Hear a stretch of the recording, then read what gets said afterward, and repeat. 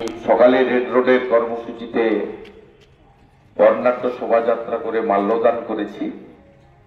আমার বিকেলে মহিষাদল, যেটা সতীশবাবু সুশীলবাবুর কর্মক্ষেত্র, সেখানে বর্ণাঢ্য শোভাযাত্রা রয়েছে। আমি এখানে আমার যে মূল কাজ পুষ্পাঞ্জলি এবং জাতীয় পতাকা উত্তোলন, সেটা আমি করেছি।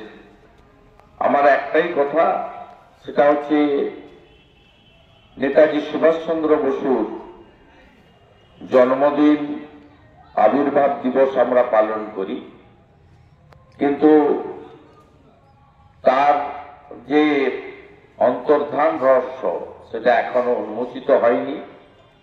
সেই অমীমাংসিত বিষয়টি মীমাংসিত হোক, এটাই প্রার্থনা করব আজকের দিনে। এবং আক্ষেপের সুরেই বলবো যে ভারতবর্ষের যদি প্রথম প্রধানমন্ত্রী নেতাজি সুভাষচন্দ্র বসু হতেন, তাহলে আমাদের দেশ অনেক এগিয়ে যেতে পারত এবং খণ্ডিত ভারত পূর্ণাঙ্গ ভারতে পরিণত হতে পারত। এবং আমাদের স্বজনরা আজ বাংলাদেশে যে কষ্ট পাচ্ছেন সেটা কখনোই পেতেন না, এটা আমি বিশ্বাস করি।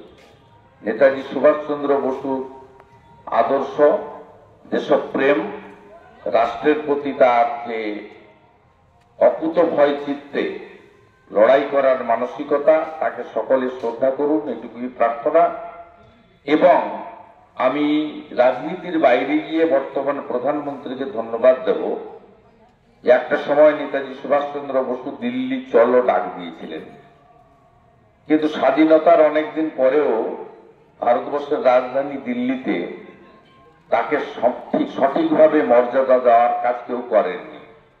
দিল্লিতে সবচেয়ে ব্যস্ততম যে রাস্তাটি, কর্তব্য পথ, সেখানে বর্তমান সরকার নেতাজি সুভাষচন্দ্র বসুর দণ্ডায়মান পূর্ণাবয়ব মূর্তি প্রতিষ্ঠার মধ্য দিয়ে নেতাজি সুভাষচন্দ্র বসুকে তার যথাযথ সম্মান ভারতবর্ষের ক্যাপিটাল দিল্লিতে দিয়েছেন। এর জন্য আমরা সকলে গর্ব অনুভব করি।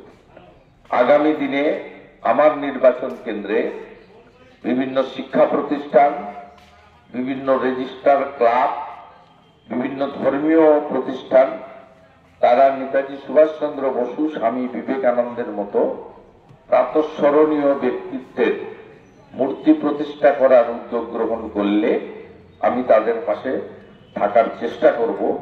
এইটুকু প্রতিশ্রুতি দিয়ে সকলকে ধন্যবাদ জানিয়ে এই কমিটি স্বামীজির মন্ত্র চরৈবতী চরৈবতী বলে অনেক দিন ধরে এই ধরনের ছোট্ট অথচ মহতী অনুষ্ঠানের মধ্য দিয়ে ভারত রত্নকে শ্রদ্ধা জ্ঞাপন করবে, এই আশা অঙ্গীকার রেখে আমি আমার কথা এখানে শেষ করলাম। ভারত মাতা কি।